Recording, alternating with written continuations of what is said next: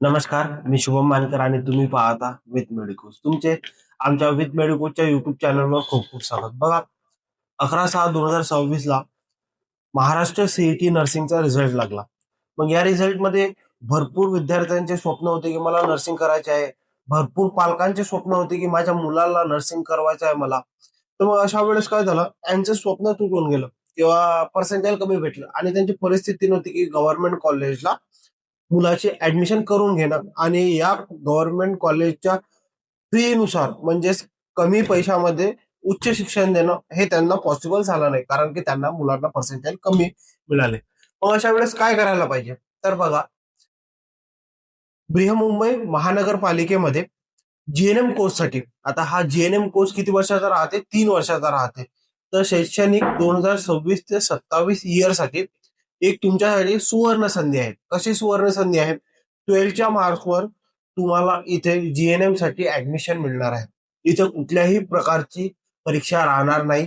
तशी महाराष्ट्रामध्ये नर्सिंग करायचं राहिलं, तुम्हाला महाराष्ट्र सीईटी नर्सिंग द्यावी लागते. त्या प्रकारे इथे कुठलीही प्रकारची एक्झाम राहणार नाही. आणि असं पण कंपल्सरी नाही की तुमचं 12वी मध्ये सायन्स असायला पाहिजे. इथं कुठल्याही प्रकारचा कोर्स झालेला असला तरी तुम्ही इथं पात्र राहणार आहे. फक्त अट एवढीच राहणार आहे की 12वी मध्ये मिनिमम तुम्हाला 40% आणि जर तुमचं रिझर्वेशन कोटा असेल, म्हणजे जसा ओबीसी, एससी, एसटी, ईडब्ल्यूएस असा जर का कोटा असेल तर तुम्हाला मिनिमम 35% असणं गरजेचं आहे. बघा, आता ही ऍडमिशन चालू तरी कधी होणार? ही ऍडमिशनची ऍडव्हर्टाइजमेंट 10/6/2026 ला आली आणि हा अप्लिकेशन फॉर्म भरण्यास सुरुवात होणार आहे 12/6/2026 ला आणि याची एंडिंग डेट आहे 29/6/2026. म्हणजे 29 जुलै 2026 पर्यंत तुम्ही या फॉर्मसाठी अप्लाय करू शकता. मग आता अप्लाय केल्यानंतर, सर हा कोर्स खूप लांबणार, याची ऍडव्हर्टाइजमेंट आता आली, याची एक्झाम नाही आहे, याचा इंटरव्ह्यू होणार, ह्या सर्व गोष्टी लांबून याचा कोर्ससाठी ऍडमिशन भरपूर लांब होणार. परंतु असं काहीही नाही. या ऍडमिशनची स्टार्टिंग जरी 1/6/2026 ला झाली तरी हा कोर्स स्टार्ट होणार आहे 1/8/2026 ला. बघा, इथून तुमचा जो शैक्षणिक इयर आहे 8व्या महिन्यात स्टार्ट होणार आहे. तर आता याच्यासाठी कॉलेज कुठले राहणार आहेत? तर बघा, मुंबईचे 5 कॉलेज यासाठी राहणार आहेत जीएनएम साठी.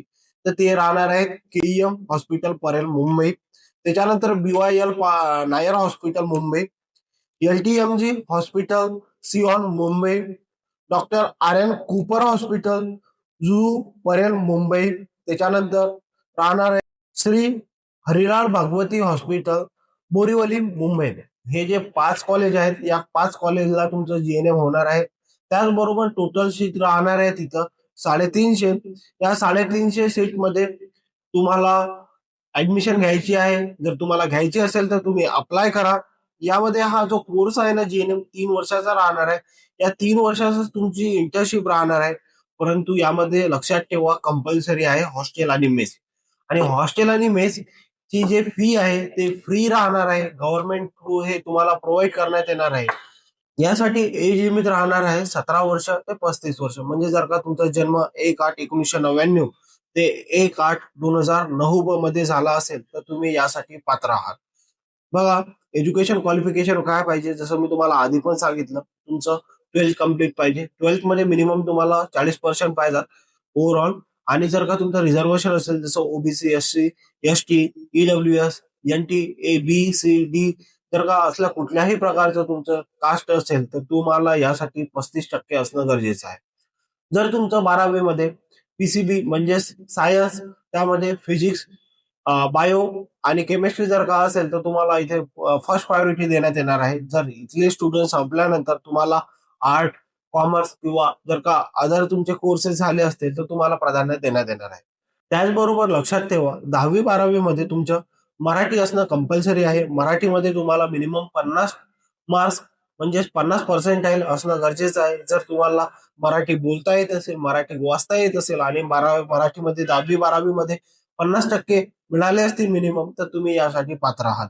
त्याचबरोबर तुमचं 10वी-12वी हे महाराष्ट्रातून झालं असायलाच पाहिजे, तरच तुम्ही इथे पात्र राहणार आहात. आता राहिलं सर, तुम्ही सांगितलं 350 सीट आहेत, परंतु 350 सीट डिस्ट्रीब्यूट कसे होणार? तर बघा, कास्ट वाईज हे डिस्ट्रीब्यूट होणार. जसं तुमचं रिझर्वेशन आहे त्याप्रमाणेच ही तुम्हाला सीट मिळणार आहे. जसं ओपनचं रिझर्वेशन 28% आहे, तर तिथं 98 सीट तुम्हाला मिळणार आहेत. ओबीसीचं रिझर्वेशन 19% आहे, तिथं 37 सीट तुम्हाला मिळणार आहेत. एससी साठी 13% रिझर्वेशन, 45 सीट. ईडब्ल्यूएस मध्ये 10% आणि 35 सीट. एसईबीएस मध्ये 10% रिझर्वेशन आणि 35 सीट. एसटी साठी 60%, 27 सीट.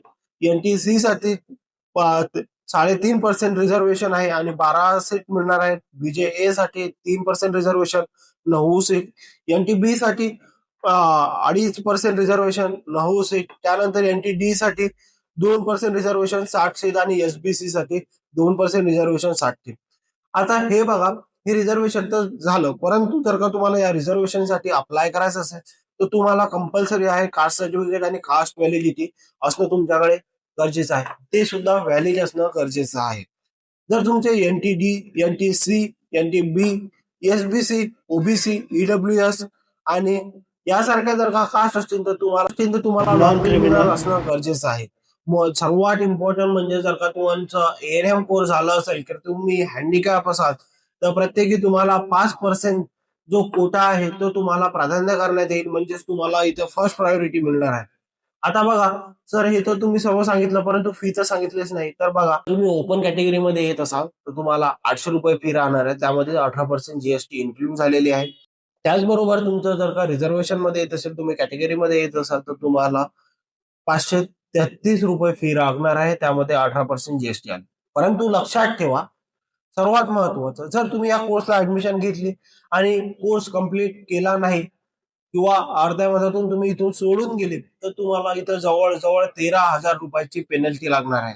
यासाठी तुम्ही सर्व लक्ष द्या. जर तुम्हाला हे खरंच करायचं असेल तर तुम्ही हे करा. जर तुम्हाला करायचं नसेल तर दुसऱ्या विद्यार्थ्याला संधी द्या. अर्ध्या मधातून हा कोर्स सोडू नका. आणि जर तुम्हाला हा व्हिडिओ आवडला असेल तर आम्हाला लाईक, शेअर, सबस्क्राईब करा आणि अशाच नवीन नवीन अपडेट्ससाठी आम्हाला फॉलो करायला विसरू नका. धन्यवाद.